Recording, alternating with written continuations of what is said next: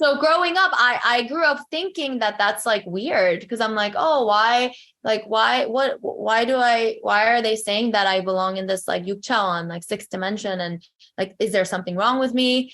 And I kind of had those moments a lot. So I thought that that was actually not a good thing, when I was young, and I was like, okay. But then growing up and then actually coming into my own and then as I was like figuring myself out with music and as an artist and things like that, I realized I'm like, you know what? I actually would rather be in the sixth dimension. Hello, not like I've never been here before. Now this ain't my first rodeo. What up, what up, what up, everybody? Welcome back to another of our convos. Today joining us is another very special guest, Azra, singer, musician, artist, performer, multi-hyphenate, which we'll kind of touch into a little bit. But before all that, thank you for joining us. Thank you so much for having me. Thanks, Dario, and everybody here. So right off the back, you have brought the positive energy and everything. So like, we're excited to kind of talk to you and see how you got to this point. So before all that, like, let's kind of give everybody kind of a background. Can you kind of tell us like your upbringing, where you're from, how you got into music? Yeah, definitely. So I was actually born in South Korea. So I was born and raised there, and then Seoul and like Bupyeong, which is a city like within Incheon. And I moved to the States when I was 9 years old. And I actually didn't know like a single word in English. Well, actually, I knew how to say hello, but I only knew like half of the alphabet. And me and my family, we immigrated here. Initially, we landed in JFK because our relatives were there in New York. And then we settled in the Bay Area. So, and then I'm just, I'm from the Bay, went to college in Boston, BU, and I lived in New York, Philly for a little bit. And Boston, and then eventually came to LA, which is a city I love. So, all right. And do you have like many memories about kind of like your time growing up in South Korea before you came over? Absolutely. And that's funny you asked because I was having some pizza with like friends yesterday, and we were talking about like our roots and stuff. And I was like, just going like sharing stories from, when I was in Korea and as a kid. So yeah, I definitely remember a lot. And I feel like as an artist, like for me personally, the journey as an artist started way back, in Korea, when I was born and when I was a toddler. So it was a very important phase of my life. Immigrating is a huge thing. Yeah. But yeah, so definitely. Okay. So, I mean, you're an immigrant, family of immigrants. You have like all these different experiences growing up. You grew up, part of New York and California, and then you went to school in Boston. So like you have like this wide range of kind of, I guess, influences. So what would you kind of say were like some of your biggest influences when it came to like music and like how you kind of came to falling in love with it in the first place? Yeah, I have a pretty like variety of influences. So growing up in Korea, my mom, she was a church choir singer. So I listened to Christian music, gospel music. And then she also loved like the Beatles, she loved Tina Turner. She loved, Diana Ross, like all those, great artists back in the day. Even now they're great. And then Queen. So just like she already exposed me to pop music. And then, and then eventually when in Korea growing up, I got exposed to a lot of classical music too. Again, my mom and my parents. And then basically K-pop as well, because being in Korea, I know K-pop, came into prominence and got popular pretty recent, right? Years in like maybe the like Western Hemisphere. Last 5 years or so. Yeah, but actually, K-pop has always been very like the stands and everything. That's been always like that. Like, oh yeah, okay. So even when I was in Korea and stuff, like they had the K-pop bands there too, and so big influence for me. Even now, I feel like when it comes to like songwriting and melodies, I feel like I draw influences and inspirations from then. And then as I grew up in America and just explore more, I got exposed to a lot of rock music, so metal, hip hop. So I'm a hip hop dancer. Even in Korea, I was. So yeah, I would say like, and a lot of punk too, punk rock. So I feel like I've had a lot of different musical genre influences growing up. So I think with my music, you can definitely see that.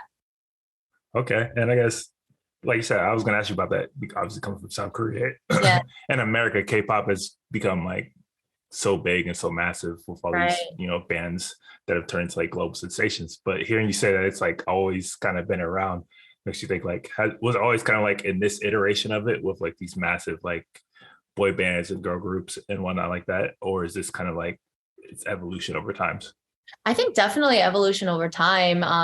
In terms of like, it wasn't as global, right? But in terms of, the fandom Yeah. and the way, K-pop fans obsess over bands and things like that. Oh yeah, totally. Like me and my girlfriends totally did similar things when we were young too, when we were in Korea. And even coming to America, I had like my first two Korean friends. We like formed a K-pop band together, and then I had group of friends from my public school, so my middle school, who were non-Koreans, and we also formed a band. And that's kind of how I navigated through, like learning English, learning the culture, and assimilating to America. It was through the two bands, basically. Okay. I was Yeah. gonna ask, like, did you ever like consider doing like K-pop or like joining like one of these girl groups, boy bands, whatever, Mhm. yourself? But like you said, you formed like two K-pop bands when you were younger yourself. Yeah. Well, it was one K-pop band and one One. just like American pop band, basically cover band. Okay. Yeah. But to your question, mm, I would say for me, I embrace and I'm so grateful that I am Korean and that I have that influence in me. Like it's like in my blood. At the same time, I think because I was able to kind of hone in and really like I basically grew up here, right? From 9 years old, on. So I just feel very close to just, I don't know, I guess the American culture and just like growing up here and being able to create music that's relatable, not just like not just to like the Korean population, but like for our like American population too. Yeah. So for me, I relate to both. I relate to both. I have had opportunities and I embrace those opportunities. At the same time, I consider myself Korean American, and I don't think we have enough of the AAPI Asian American artists out there, and we need more representation, obviously, in America. So I'd like to continue to grow that, as well as embrace and, like share my roots as well. Yeah. Yeah. I mean, it not just music though. I think everything Korean like pop culture has definitely kind of broken through, even like the TV shows and film Yes. and movies and everything like that. Obviously, you won an Oscar with Parasite, and then you have like TV shows that are becoming so big and popular. Kind of what was like your feeling when you started to see like that part of your culture coming over and becoming like more mainstream and part of American culture as a whole? Yeah, it felt really awesome, especially because I know that, not just because it was like the Korean, like the K-pop culture, the film, and, specifically Korea. I think for the greater like Asian American, community, I think it was a huge accomplishment and just like a huge milestone for the first time Yeah. in so many years. I mean, Asian Americans have been around for a very long time, Yeah. but it took so many years to finally get to that point. And it's amazing that, with the help of K-pop and the K-culture stuff, from beauty to film, like you mentioned, to K-dramas, to food, to music and everything, it's really helped open a lot of doors and eyes. So I feel excited. Yeah, I think it's great. Do you watch K-dramas? Um, I wouldn't say I watch K dramas. Obviously, I've seen like the big ones. I guess yeah. Squid Game and Oh, yes. I forget the other name of it. There's a couple I've seen, but I wouldn't say like K. I'm not a big drama person Yeah. anyway, so like I'm not like gonna like hop into. But I've You know, definitely they heard of all them, and I have friends that are. they all say like before you get exposed to it, everyone says like, oh yeah, I don't really watch dramas. Once you get yourself to watch like one episode of a show, oh my goodness, you will be hooked. So be Okay, careful. I might check it out. I might check it out. We'll see. Um, so I guess musically, who are Yeah. some like the bands and artists that were like your biggest influences when you were coming up? Yeah. So my biggest influence, there's so many. Because I'm a singer, first and foremost, I look up to Whitney Houston very much. I grew up listening to her. I She's sing the to her voice. songs. She is the voice. I still, before every rehearsal to warm up my voice, I sing her songs. I love her. So Whitney, definitely. Celine Dion, singer as well. And then on the band and other genre side, I definitely say like Queen, Freddie Mercury. I love a lot of like grew up a lot with a lot of like punk bands too, like Bowling for Soup, Blink-182, those guys. I also listen to metal as well, like Metallica and Children of Bodom. And then obviously I love like Madonna, Gaga, obviously, and Britney, all those fabulous ladies. But yeah, so I'd say like I have a lot of different influences. Yeah. Oh, okay. And also like Oh, obviously I not forgot only to mention Nikki. I love Nikki. okay, yeah, gotta put it in there too. So all the divas basically. Oh yes, yes. Okay, so I want to ask, like, you also have another part of like your background, which is the Bay Area, which is also like a very unique cultural kind of melting pot, especially when it comes to music. Like, I have like a lot of connections to the area and like a lot of artists I know. It's like you get the hyphy movement, you get like the strange hip hop, you get like surf rock, you get like all these different genres kind of mixing and blending. And it was like one of the first places I've been around that it's like was fully embracing like kind of like that genreless attitude towards like music, and people are just kind of into everything. So Yeah. how would the Bay Area like influence you and like musically?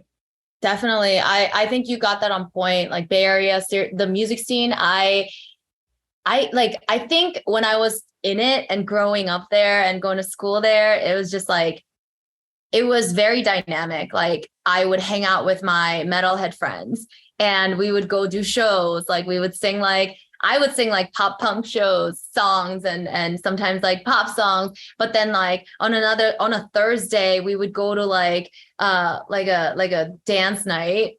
They were playing like dance music, like EDM. And then like on another night, we would go like dance hip hop, so it's just like, and like you mentioned, the hyphy movement, that is classic. And I think that's still there, It's definitely still alive in some parts. It's in the blood of the Bay Area. So growing up, it was really cool. And just like the culture there, like I remember, my family still lives in the Bay. So whenever I go and visit, I try to like kind of drive by my old high school, and then also like drive by like the old haunts and like places that me and my friends used to hang out. And I noticed like a lot of the music venues, even when I visited before COVID, like they were all closing down too. Like the ones that were around, like, I don't know, like 6 years ago, like they're not anymore. So I think the scene has shifted, but the energy of it is still there. And there's so much talent and like creative people there still. But growing up, it was awesome. We were like little rascals running around, like hanging out in garages. Always been a kind of a favorite for me in terms of like music and like hub spots in America. It's very unique.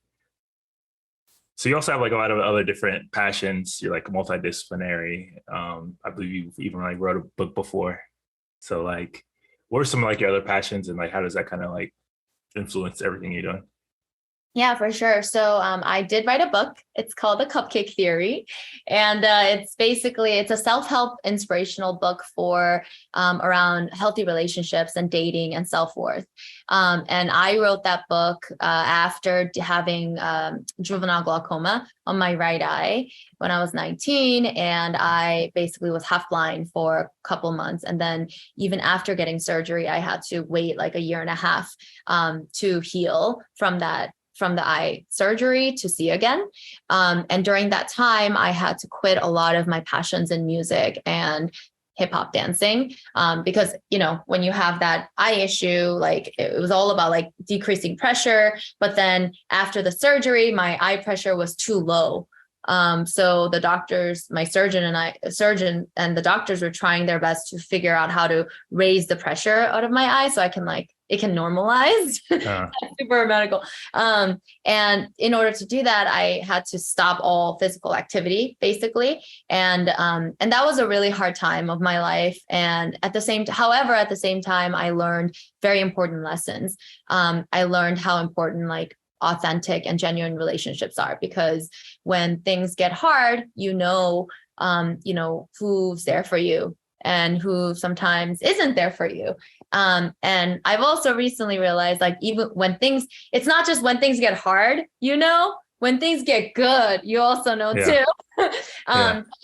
So I learned a very important lesson on that, just being able to nurture and like appreciate more with like those authentic relationships and people who are there for you when like you really are hitting rock bottom. Basically, for me, it was like physically, that affected emotionally as well.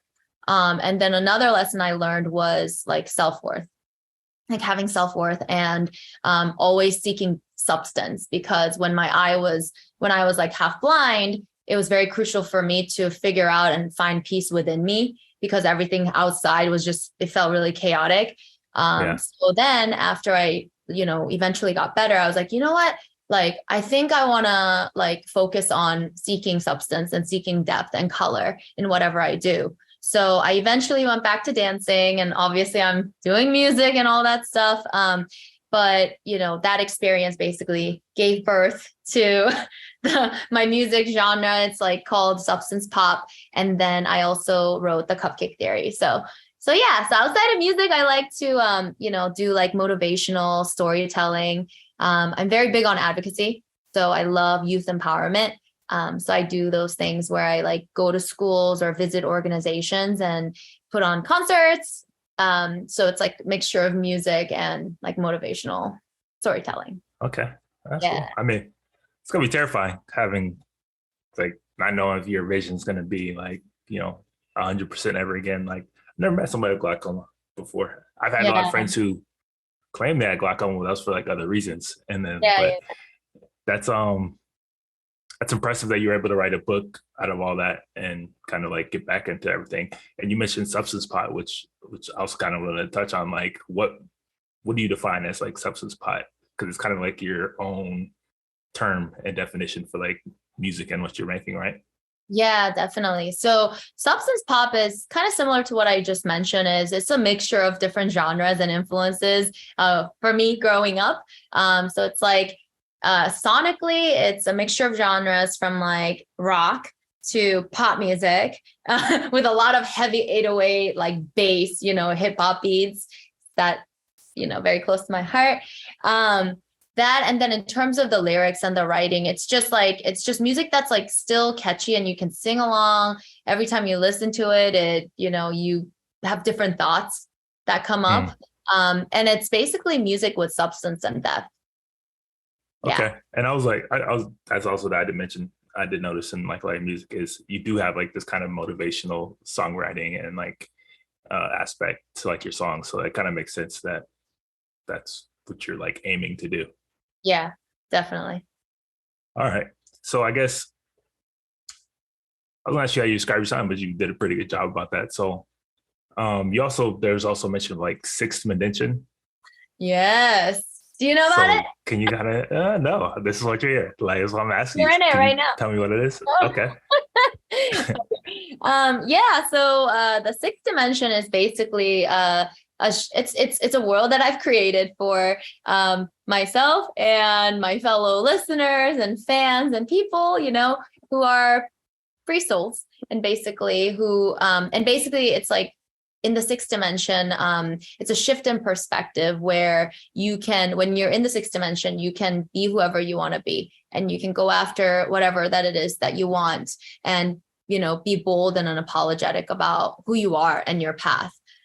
So I always say, like, before my live shows or anything that I do, it's like I like to invite everyone into this realm, this shift in perspective, this world of the sixth dimension. And when you're in it, you can literally just be free and not feel all the pressures of the society and all the noise, and just be free.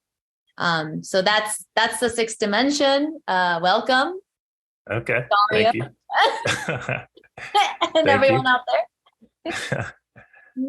All right. So I guess Oh, no, go well, ahead. I was just gonna add, the way I came up with the sixth dimension, was, can I share that story? I Yeah, want to for let you know. sure. Okay. So, basically growing up in Korea, I was kind of like a really, really misfit, just interesting, emotive child, I must say. Okay. And basically, I remember growing up, like all these like older adults, not my parents, but like people, like older people, they would be like, oh, even teachers, they're like, oh, you kind of like, you seem like a kid that belongs in like the sixth dimension. And they said it in Korean, and sixth dimension in Korean is like yukchawan. And that phrase was kind of used to kind of describe kids or people who are kind of just like, In their own world, maybe. yeah, exactly, kind of Okay. weird, whatever, not normal, I guess. So growing up, I grew up thinking that that's like weird, because I'm like, oh, why, like, why are they saying that I belong in this like yukchaon, like sixth dimension, and like, is there something wrong with me? And I kind of had those moments a lot. So I thought that that was actually not a good thing, when I was young, and I was like, okay. But then growing up and then actually coming into my own, and, and then as I was like figuring myself out with music and as an artist and things like that, I realized, I'm like, you know what? I actually would rather be in the sixth dimension. Yeah. And I was like, that's actually a good point. Yeah. Like, I'd rather be in the sixth dimension and be free and not judge others or feel judged. You know what I mean? So Yeah. that's kind of, and I was like, you know what? I'm going to help grow and spread this sixth dimension, and share a new perspective. That's kind of how I came to like embrace the word sixth dimension and the whole world. Okay. Yeah. So sixth dimension was like a Korean phrase, like a common phrase in Korea. Yeah. It was like, it's called yuk. So yuk is six and dimension is chawan is dimension. So it's Okay. like, yeah. All right. Yeah. So flip it into like this, own positive, empowering thing. Yeah, exactly. Like, yes. All right. I guess one thing I do want to ask is like your name. How'd you get your name? What does it mean? Like, what's the kind of the significance behind it? Yeah. So Azra, basically, it's actually my middle name. Okay. It's actually legally my middle name now, part of my middle name. But basically what happened was, I was in a studio, writing with my friend, my co-writer, Natalia, at the time. And this was early on, before I even released anything. And I was writing, and I was like, like, I was thinking about my artist name and stage name and what feels authentic to me. And I felt like my legal name didn't feel as authentic to me, in terms of, expressing myself. Because it was kind of like, it was given to me, and I'm grateful for that. But, I just didn't feel connected, artistically. So then, I was talking to my friend Natalia, and I like to say, like, just have like unpeeling the layers off of the onion, right? I really believe we all have this, like, we're born as this core of the onion, and then throughout our lives, we put on layers with all the external influences. And then, like, we spend half of our lives doing that. And then the rest of the half, we spend time to unpeel to get to that core again. So I was doing a little bit of that situation process with my friend in the studio. And I was just like, and I always had this thought of this girl, this little girl, whenever I was like happy or upset growing up, I had this vision of this little girl, like either like really happy, or really, really sad. And that was when I was like, when I'd be doing something that I didn't feel okay about, or I was upset, like this little girl would just be like not happy. And I realized that, so this is a long story, but I realized that that's the girl inside of me that I needed to nurture and express and let out. And at the same time, I realized the name Azra, which was a name that always like came to me even before I spoke English. In Korea, I always had this name like circling, like words circling in my head. And when I was in that studio, I was like, wait a minute, like Azra. And it like popped up, and I said, I always thought that name, that word is supposed to be something that I'm like supposed to name my daughter, like my future child Azra or something. but I realized that it actually wasn't. It was actually that little girl inside of me and that vision I've always had. That's Azra. So I was like, okay, like let me let her out, and that's what I'm gonna call myself. No, that's a great story. It's a great, I guess, kind of backstory to how your artistic musical identity like came out in its own like true form. Yeah. All right. So before we get to the EP, I want to ask, like, you moved to LA, obviously it's kind of like the hub of music and the music industry. How's your experience been out there and like kind of trying to like make your music happen in LA? LA is great, but it is a city that requires you, like, it's a lot of hustle. You have to work really hard, and because there's so much creative energy and just like so much noise in this city, there's a lot going on. There's a lot going on, and you can just feel it like energetically too. And it's like there's so many creative and talented people here. So my experience overall, it's been great. It's been like very rewarding. It's definitely made me experience all the ups, all the downs, and I'm sure I'll have so much more. But at the same time, I embrace it. And I feel like it definitely helps me grow every day as an artist and as a human. But LA's a very, very saturated place. And like I said, you have to stay focused. You have to find your own community. You have to connect with people that, understand your vibe and you understand theirs, and people that you want to grow and like nurture with. Otherwise, LA can also be a very lonely place. Yeah. Yes. It's a big city, but you have to kind of make it small on your own. That's all how I always say about it. Yeah, exactly. LA has great food, You have good food. That's one thing they definitely have. Mm-hmm. Okay, so you have a new EP on the way coming out the 28th of July, I believe. It's called The Chronicles of Substance Pop, The Rebellion. Tell me about it. You got it. You got the whole It's so long, right? You'd be surprised. I've definitely heard and talked about a longer title, so it's not that bad. Or the whole sentence or two, paragraph title. Yeah. So The Chronicles of Substance Pop, The Rebellion. That is my upcoming EP, and yeah, it's all about kind of, that body of work basically is something that I've worked on, for the past couple of years. And especially last year and during the pandemic, I didn't release a lot of new music. And I was doing a lot of just like searching, myself, reflecting, and kind of like going within more.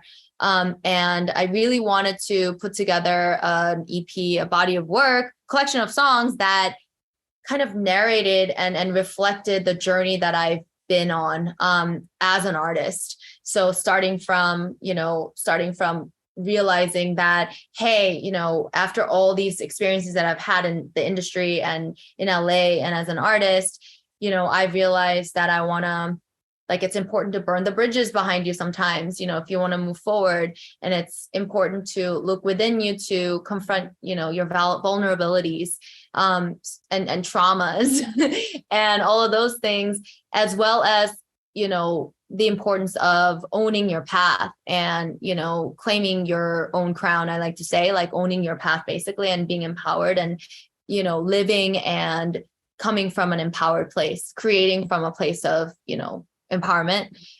So with all of those ideas and lessons and realizations that I've had over the years, I wanted to put that in like a collection of an EP to tell that story in hopes of, helping others and other people, just like add value and hope that people can feel like they can go after their dreams and they can raise hell to stand up for who they are, and that it's okay to be vulnerable. So it kind of goes into all these different layers of the sixth dimension and confronts and kind of dives deeper into the different emotions that we experience as humans, but from a very rebellious standpoint.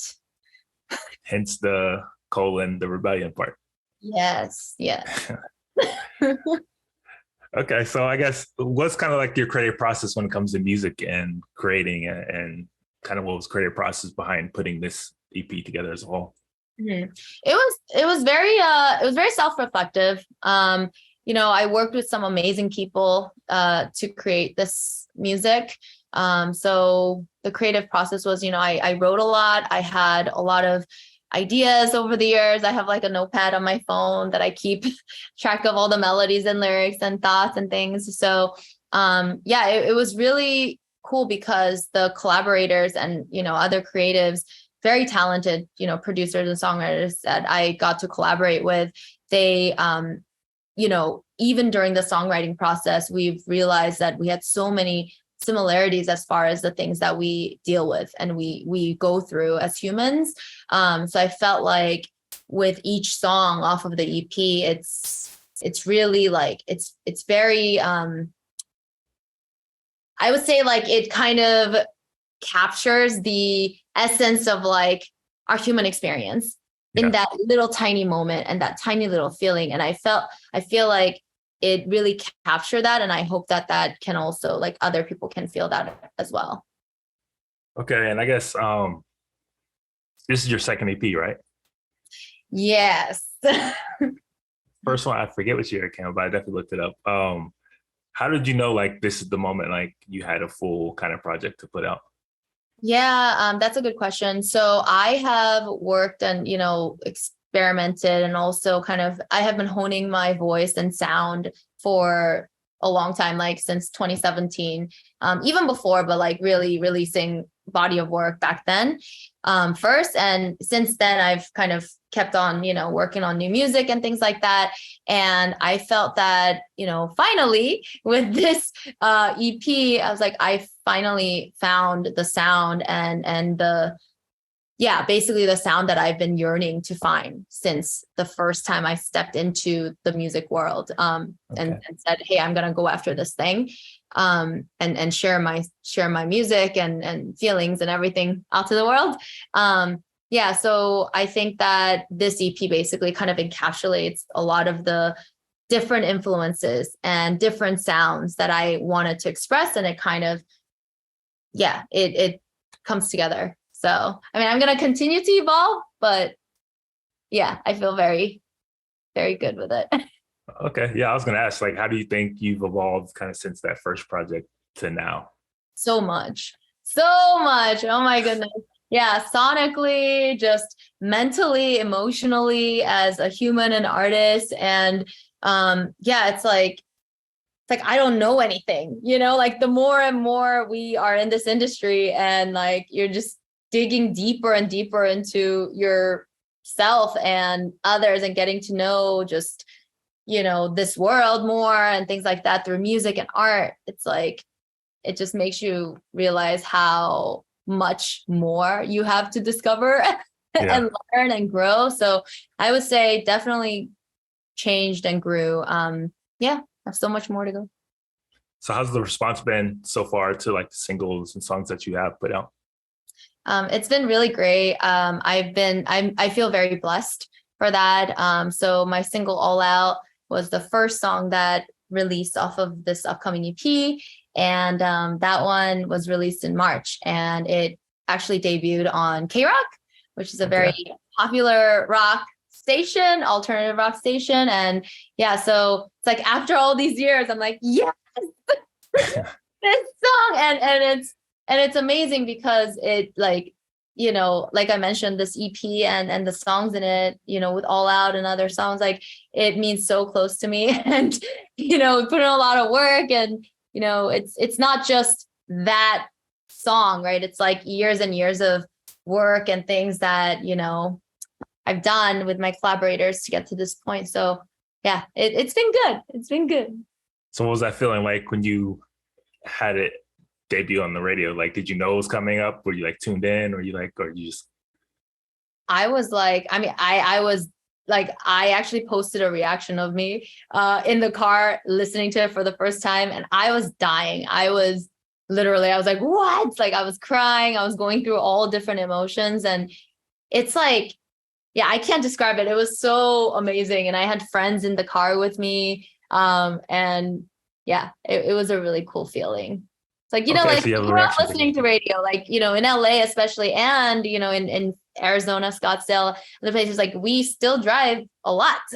Yeah. So, you know, like radio is just, it's different, you know, like obviously digital streaming, everything is great too. And it's, you know, we all use it more sometimes, but when, I don't know, there's something about the terrestrial radio frequencies. And when you hear that song, I was like, whoa, like I hear my song through Bluetooth on my car, but it felt different.